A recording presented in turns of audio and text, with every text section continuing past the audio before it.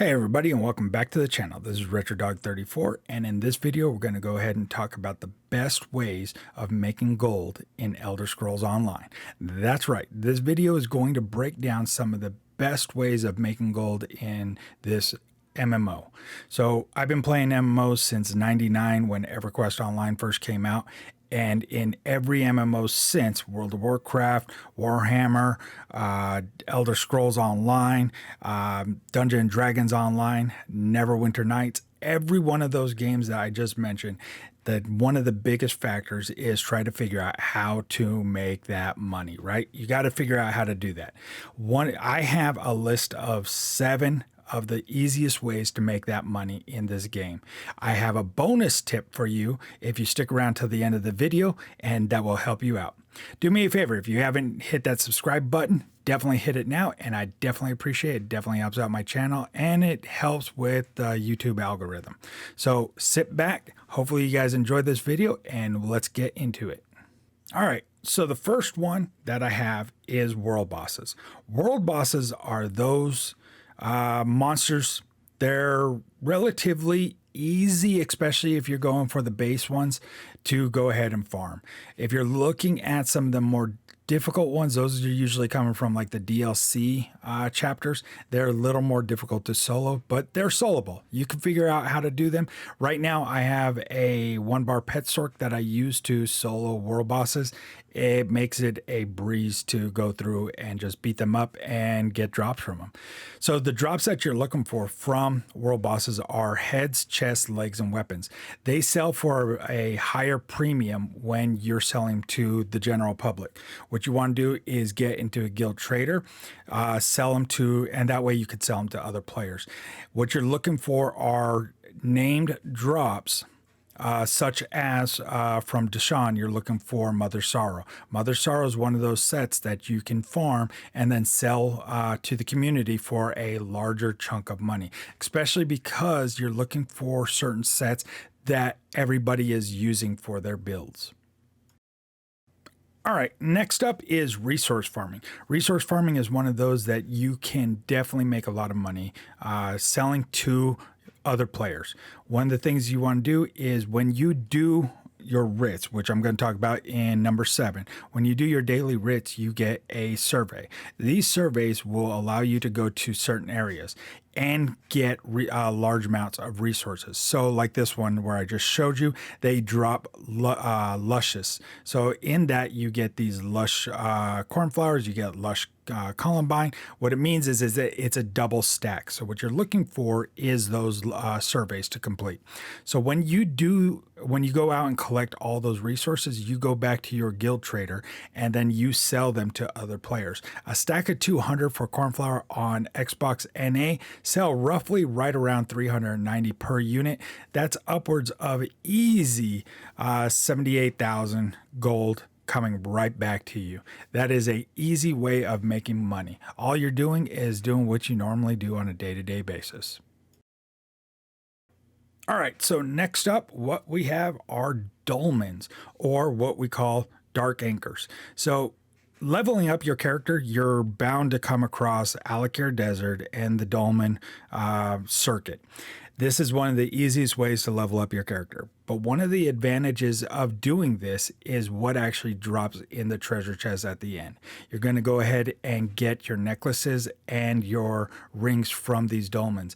They're going to be the only place that you're going to be able to get overland sets for whatever set you're looking for. So like I mentioned earlier, when you're in Deshawn, you go ahead and do the Dolmen circuit there, and you'll be able to get the Mother Sorrow's necklaces and the rings, because again, they only drop from the dolmens. So, but the big thing is not to sell the rings and necklaces. A lot of people can go ahead to the dolmens and grind that out and get their set. That isn't where you're going to make the money. Where you're going to make the money is going back to town, deconstruct your rings and necklaces, and I would recommend doing that at level 50 and having all your points maxed out, especially in the the crafting tree and in your skill line. Once you do that, you could go back in and refine them. When you refine them, it isn't the refinement that you're going to make money. It is actually in the plating. The plating gets you the biggest bang for your buck, especially for jewelry.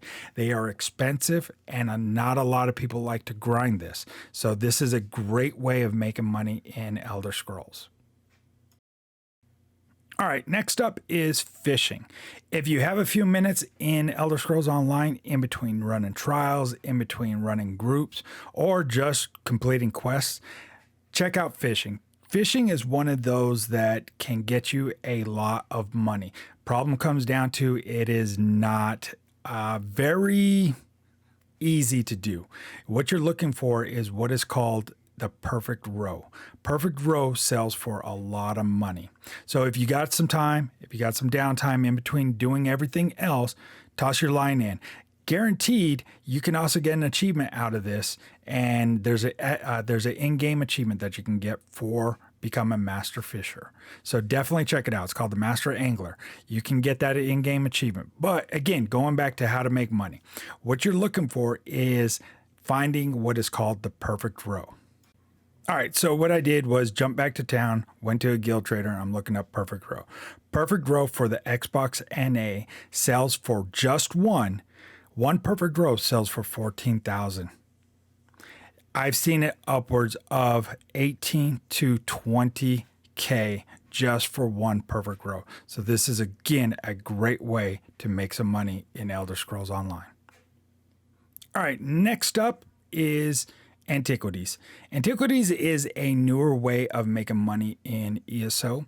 It came out with the Greymore chapter last year, and it's probably one of the more fun ways of actually making a lot of money. And once you level up, there is a great little secret that you get from doing this skill. Once you go ahead and get it all ranked out up to max level and turn in that last one, you can make $500,000 gold just from doing this. So just by doing this skill alone, you can go ahead and get $500,000. This is probably one of the funner ways of making money in Elder Scrolls Online. All right, so once you do that, once you figure out where the dig sites are and you find the dig site that you're looking for, you go ahead and play this other game. If you've never played Minesweeper, this is nothing but Minesweeper. So what you're looking for is the treasure. Once you find the treasure, you go ahead and you'll be able to collect it. The biggest thing, though, is what you're looking for from this is to end up selling it back to merchants, right? You take that treasure, you sell it to the merchants, you make your couple extra bucks, right? This is an easy way and a fast way of actually making money. Once you level this up, though, the problem comes down to is it kind of maxes out. But again, it's a great way of actually making some money in this game if you're not interested in some of the other methods. All right, next up is public dungeons. Public dungeons are these areas that you can go into. Every zone has a public dungeon that you can go into. What they do is they drop overland sets. In public dungeons, you're looking for your hands, shoulders, and weapons. So again, that's two places that you can get weapons from. Just like I talked about in number one, you can get from world bosses, you can get weapons, and from public dungeons. Public dungeons just happen to be, in my opinion, easier to farm, especially if you have, like mine, I have a one bar pet sort. Good God. It makes it easy to go ahead and grind out for that weapon that I'm looking for. Again, going into Deshaun like I did here, I'm looking for the Mother Sorrow's staff, Inferno staff, lightning staff, that goes ahead and drops in here. They sell for premium dollars back to other players in the guild traders. All right, so remember I talked about the world bosses. I also talked about public dungeons, and I was specifically talking about Mother Sorrow. On Xbox NA, the Inferno staff of Mother Sorrow purple can drop and sell back to the vendors, or not to the vendors, but to players for 100K. That is where you're making your money. If you have your character and you're able to solo public dungeons or world bosses, this is a great way of making some of that money. It is a easy way, especially with certain builds that are looking for certain drops. Mother Sorrow being one of those. All right, next up is number 7, writs. Everybody knows about the writs. As a matter of fact, huge shout out to Inklings who figured this out and literally let everybody in the community know. The biggest thing though that you get from writs, and this is why I saved it for last, is it's a very reliable way of doing it. The problem comes down, it's called the compound effect. What you need is a lot of characters to make that. Each character makes 4.6K per character that you can get from your daily writs. The more characters you have, the more money you can make. All right, so for example, I have 16 characters. I only craft Monday through Friday. And daily, out of that 16, I can get 73.6K in gold. Now, if I did that multiplied by a week, that's 368,000 for that week. And within 1 month, I can hit 1.4 million. That's right. Just doing my daily writs 5 days a week for a month, I can get 1.4 million. That is some easy money to spend. Maybe 2 hours of crafting. It's not fun, it's not great, but it is a very steady and reliable way of making money. All right, the bonus, soul gems. You've waited this long, I'm going to show you an easy way of making some money in this game. All right, so you're going to collect a bunch of different soul gems. And as a matter of fact, you can buy empty soul gems from other players. They sell those pretty cheap. Go ahead and make sure you're stocked up on them. Go into your skill tree and go to soul magic. What you want to do is go down to where that soul magic skill line, right? And morph it into soul splitting trap. Because each time you kill somebody, it goes ahead and fills a soul gem. That's right. Every time you kill somebody, you go ahead and fill a soul gem. A stack of 200 will sell just to a merchant. You can sell them for easy 6K. Sell them to other players, you can go upwards of 9K. That's right. You could sell them to other players who, especially like PvP players or like players that are doing like endgame content that run out of soul gems. You can sell them to other players for upwards of 9K. That's easy money. So again, I'm showing you I have over 16 characters. And like I told you, just doing my daily writs, I can make a quick, it's not quick, but $1 million just for doing my dailies. And on top of that, I also go ahead and do my resource farming because I get my survey maps from doing my daily writs, right? So I get that. Plus, I also get, on top of that, I get resources from that. And then on top of all of this, I go ahead and get soul gems.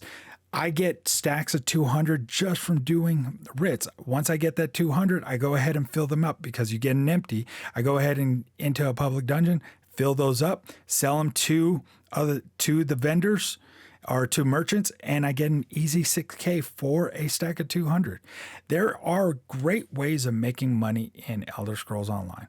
I hope this quick video helped you, and if you have any questions, drop them down in the comments. I always respond back to any comment that you guys make.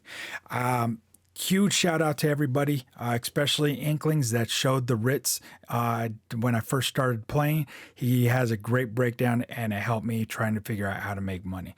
I hope you guys enjoyed the video and happy adventuring in Elder Scrolls Online.